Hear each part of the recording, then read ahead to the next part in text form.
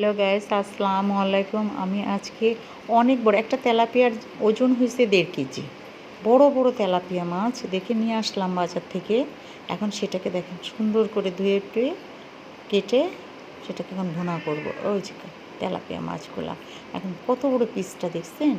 এখন এটাকে ভাজি করব, কড়া করে ভাজি করে মশলা দিয়ে ভুনা করব আর কি। এটাকে এখন আমি ফ্রাই প্যানে তেল দিয়ে দিচ্ছি। তেল দিয়ে আমি এখন মাছগুলো দিয়ে দিলাম, এখানে একটু কড়া করে ভাজি করব। এখন কড়া করে ভাজি করবো আর কি।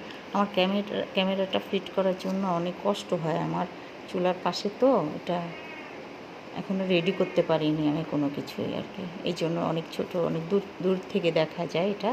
এখন এটা ভাজা হয়ে গেল মাছগুলো। এখন আমি কড়াইতে তেলটা দিয়ে দিচ্ছি।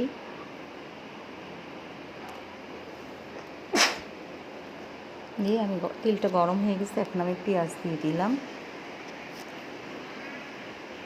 ওর ভিতরে কয়েকটা টুকরো কাঁচা মরিচ দিয়ে দিয়েছি। এখন এটাকে আমি ভালো করে ভেজে নেব, ভেজে আমি পেঁয়াজটাকে লাল করে নেব আর কি। এর ভিতরে দিয়ে দিলাম একটা টমেটো কুচি।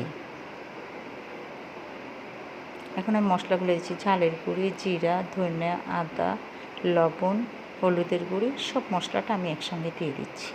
দিয়ে এটাকে এখন আমি ভালো করে নাড়াচাড়া করে নিব। মশলাটাকে ভালো করে নাড়াচাড়া করে নিচ্ছি।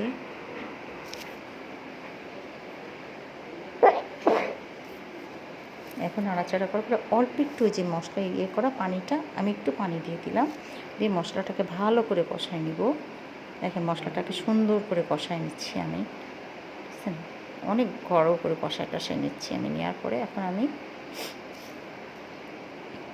একটু পানি দিয়ে দিলাম।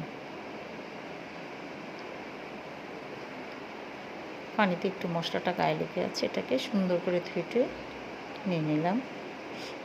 এখন আমি এটার ভিতরে যে মাছগুলো ভিজিয়ে রাখছিলাম, মাথাটা কেটে দেখেন ছোটো করছি, বড় মাছের মাথা।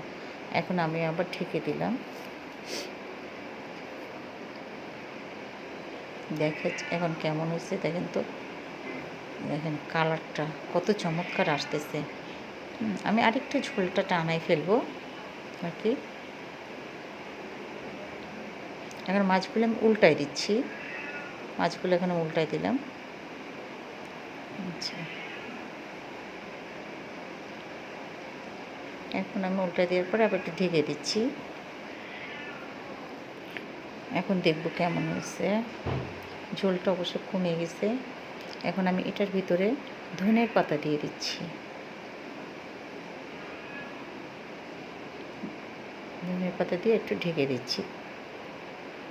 এখন দেখেন তো কালারটা কেমন আসছে,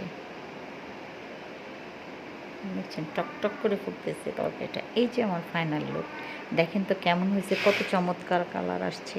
এখন যদি ভালো লাগে আপনাদের তাহলে আমার পাশে থাকবেন, প্লিজ প্লিজ প্লিজ।